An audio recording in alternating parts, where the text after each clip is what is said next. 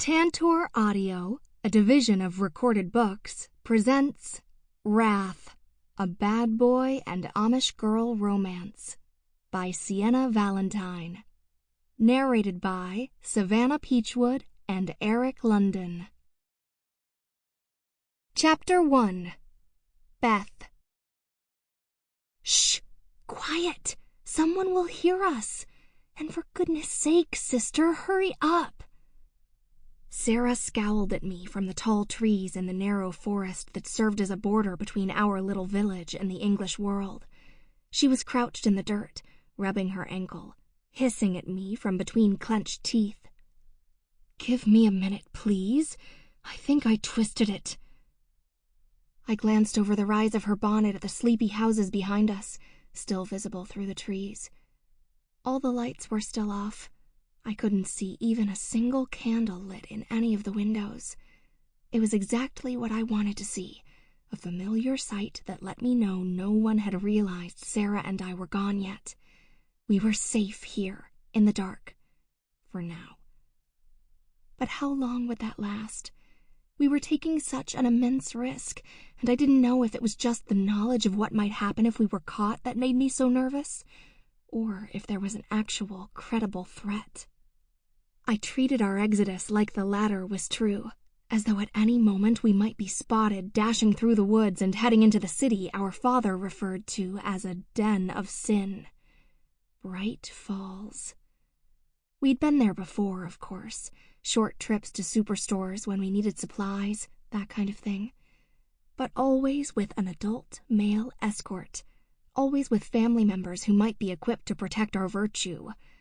Amish girls, and even Amish women, were not permitted to enter the city alone under any circumstances I knew about except one, and that practice had been outlawed in our house for years now, which meant that tonight we were breaking a vital rule. It wasn't just because we were women either. It was also because my sister and I were embarking upon a journey that our father had forbidden us from ever since our eldest sister, Hannah, left almost 2 years ago. Rumspringa was supposed to be a time of exploration and meditation, a time where young Amish men and women could either thwart temptation and return home to dedicate themselves to the church, or choose to stay in the English world for good, abandoning their faith, their families, and their homes forevermore. It was a normal part of our culture once upon a time, but since Hannah had left, Father had outlawed the practice in our family. Amish youth were to stay Amish, he said. It was for their own good. It was a blessing, truly, to never know temptation at all. We didn't see eye to eye on that. And so, here I was, just a few hundred feet from the road, giddy with excitement and nerves as I envisioned seeing Hannah again for the first time in 2 years. What would I say first? What stories would I tell? Life was, all things considered, fairly simple in the village. Would my tales hold any significance for Hannah anymore, now that she was part of a much more exciting, expansive world? Would she care how the horses were doing, or about the calf I'd helped deliver in the spring? What about how far Sarah had come as a cook, all the things she'd learned, including our grandmother's most beloved recipes? I'd never find out unless we kept moving. I looked down at Sarah, still crouching amongst the fallen leaves. She'd stopped rubbing her ankle. Her eyes were fixed over her shoulder at the village. "You're stalling," I told her, and narrowed my eyes. "It's almost like you want us to get caught." Sarah turned back to me but did not meet my gaze. A strawberry blonde lock of hair had wrestled free of her bonnet, and she tucked it back in before answering me. "It's not that." Keeping my voice low, I asked her, "Then what?" She was quiet for a time, wringing her hands. I knew what she hoped for. She was anticipating I would see this was a bad idea, that I would come to my senses and we'd return home while we still had the opportunity. It was then I realized that we stood at a proverbial crossroads. We had reached the point of no return. If we crossed this line in the sand, there was no coming back. If we continued out to the road, we would have transgressed beyond the possibility of suffering no consequence. This was our last chance to give up, and Sarah, as always, was looking for safety in inaction. Not me. That wasn't who I was. I was the youngest, the most headstrong, the curious, stubborn one who was constantly reminded of it, whether the admonishment came from our parents, our neighbors, or from Sarah herself. I was always testing limits, pushing boundaries, and learning all the ways in which I could bend the rules. Tonight, my intentions were no different. I wanted an adventure. I wanted a reunion, but I wasn't going without Sarah. I sat down in front of her with a sigh. She'd started pulling stray tufts of grass from the cool night soil, disturbing a few earthworms in the process. "Sister," I said, "you're afraid. I see that, and I understand. The world out there is one you've always been told you should fear. Father and Mother have put it into your mind that there is nothing so dangerous as the English. But think of Hannah. Think of our sister, who has survived in that world for years, flourished even. The secret letters she writes to us, they all speak of how amazing life outside our pastures is. Don't you think we owe it to ourselves, and to her, to see for ourselves?" Sarah's eyes flicked up to meet mine, and the moonlight made them flash despite the shadows. "Maybe there's a reason Father doesn't want us to go," she ventured, an argument I'd heard plenty of times before and in varying incarnations. "Maybe his ban on Rumspringa really is for our own good." "And maybe," I argued, as I always did, "there's a reason Hannah left and never came back. A good one." And as always, Sarah had no argument for that. "I'll keep you safe, sister," I said, standing up and offering her my hand. "Hannah and I both will.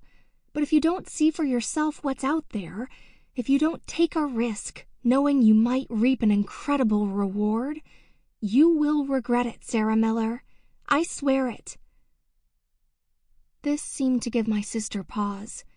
She looked at my hand for a while, chewing the skin off her lower lip, conflict written in her knitted brows and the creases forming at the corners of her eyes. I knew Sarah was capable of great things. I knew she was capable of being brave. I'd seen her climb trees before. Granted, she could never get back down without help, but the fact that she could get up to the top of them told me she had the potential to be more than what this community had in store for her. I just had to make her see that. "And if I hate it out there," she said slowly, looking up into my eyes, "we can always come back home, right?" "Of course," I told her without hesitation, and she finally took my hand.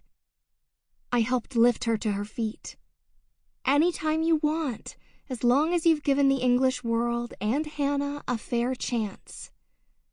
But the fact remained that I truly believed, as we continued on toward the road, that none of us were ever coming back to the village again. Well, perhaps just once to say goodbye to Mother, but I felt strongly in my heart that once I'd had a taste of the forbidden outside world, I would finally know peace. I was a restless soul, a wanderer, and knowing the world was big enough to accommodate my curiosity and my imagination was a thought that kept me up at night, dreaming of the possibilities. Hannah had made it all sound so simple, so obviously the right choice, and I was sure I'd agree with her, and in time Sarah would too. Maybe we'd find some nice English boys who could expand our horizons even further. There would be no limit on what we could do. I was naive then, and the truth was that no one, not Sarah, not Hannah, and least of all myself, knew the full and complicated scope of what we were about to get into. I was just a girl in a black dress, white apron, and bonnet, walking down a lonely road with my sister in tow, heading toward the lights of the city like a moth about to flit too close to a flame. And just like the moth, I was about to get burned. But I couldn't look away from that beautiful flickering glow, especially not once we'd made it inside the city limits and through the door of the bar our eldest sister worked in, a place the neon sign said was called Trick Shots. I'd never been in a bar before. I barely even had a concept of what one was. And as Sarah fretted behind me, chewing her lower lip raw, my stomach trembled with the anticipation of what was beyond that door. Would there be people? Surely there would. How many? It seemed a small building, but Hannah had written to us that the city tended to be crowded. What would it be like to stand in a crowd like that, one of so many, and all of them so different from me, from Sarah, from each other? Even when our village got together for community events, there weren't terribly many of us. Moreover, there wasn't a lot of variance, just a sea of black and white, the women in their dresses and bonnets, the men in their trousers and shirts and hats. Here, there would be all manner of color. I was sure of it. Excitement welled in me the same way I knew apprehension must be welling in Sarah. I felt badly for her, that she couldn't let herself enjoy this experience. Sarah wasn't good with new things. She'd gotten ever worse about them ever since Hannah left us. Maybe seeing her again, finding out why she'd done what she'd done, would help Sarah let go of some of her fear. Every time I looked at her, wringing her hands like that, I thought of the girl she used to be, the sister I'd looked up to, squinting from the lower branches of a tree she'd climbed all the way to the top of. She'd seemed like such a force of nature once upon a time. Maybe our adventure in the city would restore her to her former glory, do her some good. I certainly hoped so. I pulled open the door to Trick Shots. I couldn't wait another second. It had been so long since I'd seen Hannah, and I was dying to know her world. I found it smelled quite a lot like stale beer, and the floors were kind of sticky. And the sounds? I never knew there could be so many sounds all at once, all competing for pride of place among the patrons. There were television sets mounted high up on the walls, displaying varying pictures. A well-dressed older man speaking directly at the screen as images above his shoulder flickered and changed. Another of a man standing, rose in hand, across from a line of beautiful, anxious-looking women. A brutal fight, at varying volumes. The people gathered here, all in different styles of dress, none of them particularly modest, chattered at a low din mostly, though a few who seemed particularly inebriated spoke much louder and more boisterously. Everything about them was so exotic, so new. The colors on the women's lips, the tight clothes they wore, the men in all manner of wardrobe, no two completely alike, either by small degrees or large. It was all so surreal, so fascinating. I wanted to ingest all of it at once. But already, Sarah looked like she'd bitten off more than she could chew. Her eyes were distant, hazy. She flinched every time she heard glasses clink, and if I didn't get her settled soon, she was going to strike blood in that lip of hers. She was almost chewing it off. "Sister," I said, curbing my enthusiasm and slipping my arm through her own. "We're safe here. Everything is all right. We just have to find Hannah." I squinted into the sea of people surrounding us. "She said she'd be tending bar." It took me several moments to locate her, not because of the throng, but because Hannah looked so different from last I'd seen her that, although my gaze had settled on her several times before, I hadn't recognized her. I felt my jaw sag. "Hannah?" I squeaked, looking her up and down. Our sister turned to us at the sound of her name, green eyes widening as she took us in just as we were examining her. Her long, dark hair was exposed and straightened, gleaming in the dim overhead lights, a shiny velvet curtain that would have been considered vain for her to show off back in our village. She was wearing makeup. Not much, but any amount was more than I'd ever seen her in. Her already pretty skin was smoother now and a little paler. She must not have been spending quite so much time out in the sun.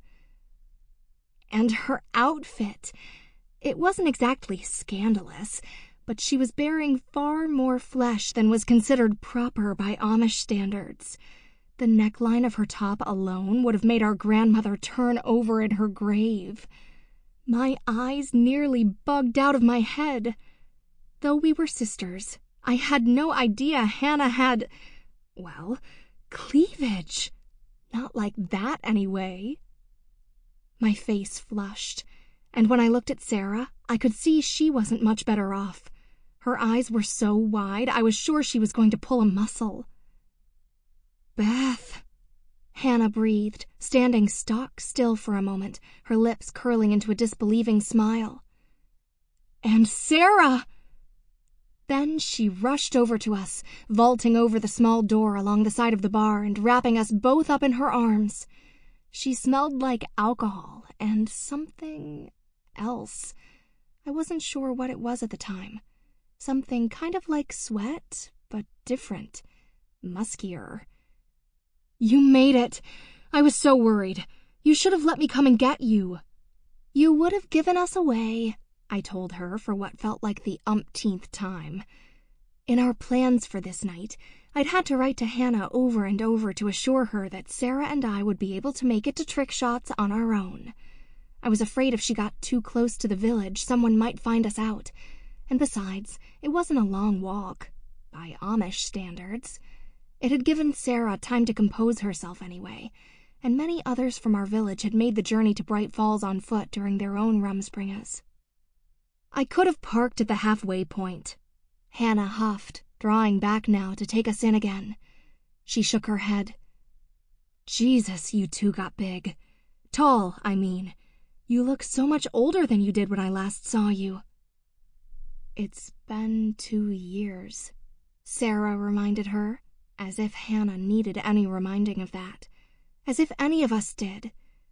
I thought I detected a bit of an edge to her voice, but then she said, "We're bound to have changed in that time, as you have." If Hannah thought Sarah was being cold, she showed no signs of it. She just took our hands in her own. "You'll always be little girls in my head. It's a big sister thing, I guess." She shook her head in wonder, as if still coming to terms with how we'd grown. "So there weren't any problems with you getting here?" "No," I said.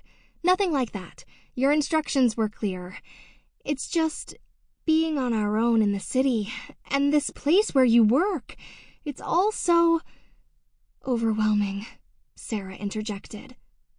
"Exciting," I corrected her. Hannah smiled. "If you think that's exciting, just wait until you see everything else Bright Falls has to offer. Man, I remember when I first got here. I was just like you two. Well, more like Sarah, really. I was scared out of my mind. But in time, I grew to see that this was the world I was always meant to live in. Less rules, more freedom. It didn't take long for me to realize I'd spent my whole life in a cage." I could believe that. Looking around, this entire room was filled with exciting and interesting things, and it was only our first stop. As I scanned the crowd, something caught my attention. I looked around, unsure what it was, and then I saw it again, a flash of green eyes looking away from me just as I went to meet their gaze. There was a boy. No, a man, albeit a young one, sitting at a table on the other end of the bar from me, near one of the TVs on the wall. 2 other men were with him, and he was clearly the youngest of the 3, built just a little smaller than they were and with a mop of tawny hair that made him look roguish and mischievous, yet somewhat innocent all at the same time. There was a youthfulness to him that the other 2, though they couldn't have been much older than we were, seemed to lack. A certain irreverence, maybe. Something devil-may-care. He was watching the fight on the TV with some interest, but when I went to look back at Hannah, I felt his eyes on me again. Slower this time, I turned to look at him. His gaze was so hot. It felt like it might set my clothes alight if he lingered too long on me, but he never did. When I glanced at him again, he looked away a second time, turning now to one of the others to answer a question he didn't look particularly happy about being asked. It gave me time to study the strong line of his jaw, the corded muscles in his shoulders, the height of his cheekbones and blaze of his eyes, the feral way he curled his lip at the tallest of the trio, baring gleaming white teeth. Scars on his knuckles, just visible from this distance, were lit pale when his grip tightened on his beer bottle. I wondered about those scars. How did he get them? Was he a fighter, too? Clearly he did something with his hands. I wondered if they'd be coarse and calloused like so many Amish boys were, or if men in the city had softer, more pliable skin. I wondered if his touch would feel like silk or sandpaper. I wondered if those muscles could lift me off my feet, if they could crush me against him. Hannah and Sarah were still talking. It was possible they'd even said something to me and were expecting me to respond. But I couldn't hear them over the rush of blood in my ears, caused by the fierce pounding of my heart. I was looking at this man, this very handsome, intriguing man, and he was looking back at me. And he looked like he was just as curious as I felt. Curiosity was said to kill cats. As I stared shamelessly at the boy with the golden brown hair, I wondered what curiosity might do to young Amish girls, and part of me ached to find out. Chapter 2. Wyatt. Stop me if you've heard this one. 2 Amish girls walk into a bar and... No, scratch that. Some jokes need a little bit of a setup to really be appreciated, and I'm getting ahead of myself. It was a slow night at Trick Shots, a dive on the side of town I hardly ever came to if I could avoid it. There was nothing for me here. Everything I was interested in happened in the downtown metro area, not on the sleepy outskirts where even the Bright Falls Beasts Motorcycle Club didn't feel particularly inclined to stake a claim. Things out here seemed to move in some kind of time vortex, at a pace that was slow enough to be called excruciating.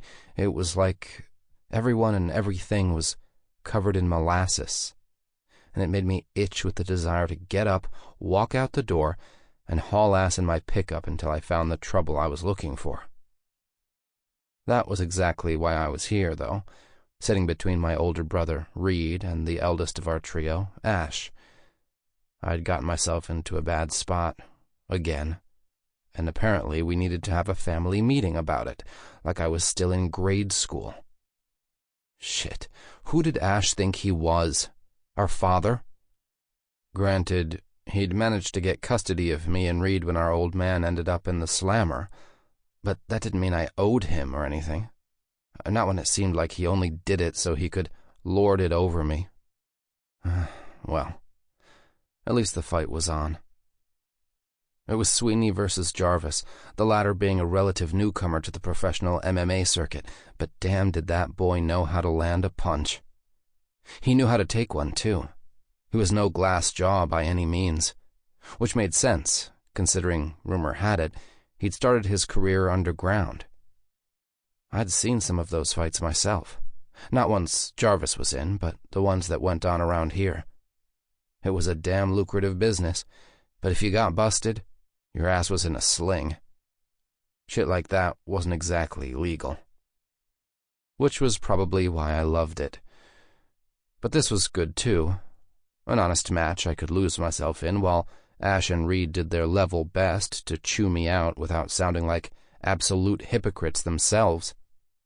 I hadn't been old enough to be active in our dad's motorcycle club back in the day, but they had, albeit in a fairly limited way, given their ages, Still, they'd reaped the benefits of hanging out with the biggest gang of badasses around for years. They and our father were the reason people trembled in the shadow of the Brody bunch. And now they wanted to deny me the same opportunity, the same infamy, the same respect they'd earned in fear and blood. That was the point of the night after all, to give me a hard time about my life choices. I rolled my eyes and took another, longer pull off my beer, even as my eldest brother made a face at the fact that I was drinking a Pabst while he spilled the beans to read about how I'd been picked up for fighting the other day. Like Ash Brody was some kind of angel. Now there was something none of us had ever been accused of. People around here called us more colorful things, like hooligans, bad seeds, and thugs. We were the Brody Bunch, a moniker that had started back when my dad was still a free man, heading up one of the most infamous motorcycle clubs in the West. He'd built a veritable empire from the Mexico border to Montana and even Washington State. The only guys with bigger balls were the cartels, and even they knew better than to come at my dad to his face. That was a suicide mission. In some ways, those were damn good days. We'd had purpose back then.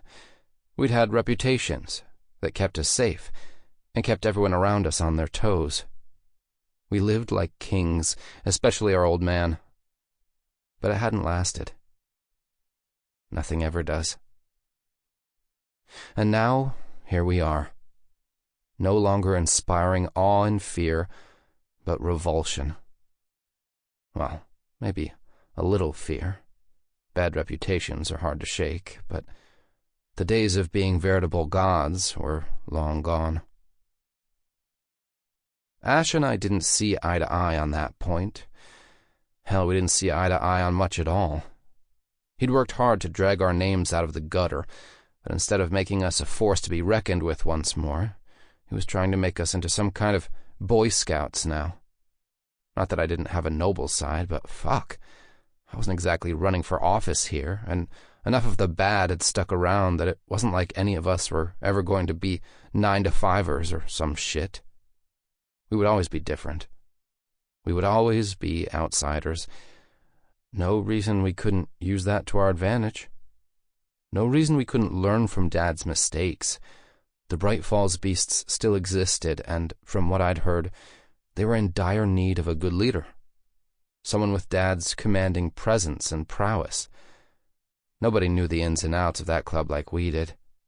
Ash was always meant to inherit the throne, but if he didn't want it, why couldn't I give it a shot? I didn't see the problem. I sucked my teeth at him, ignoring the heat of Reed's glare from the other side of the table. Come on, you said you wouldn't harp on this shit. Why? What did you do now? Reed asked.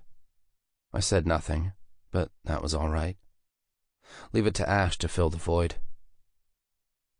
Some of the Bright Falls Beasts prospects got busted a couple weeks ago for startin' shit with one of their rival clubs, and in broad fucking daylight, too. This genius, he pointed at me, and it was all I could do not to slap his hand away, got picked up with the rest of them. Fuck's sakes, Wyatt, Reed muttered. Are you trying to put targets on all our backs again?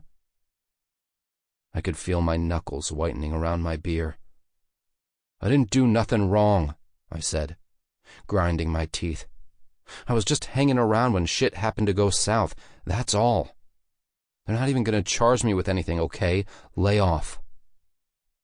And it was the truth. That night had been a case of wrong place, wrong time. Sure, I had friends in the beasts, and sure, I was interested in the club in more than just a cursory way, but really, I hadn't planned on getting into a fight that night.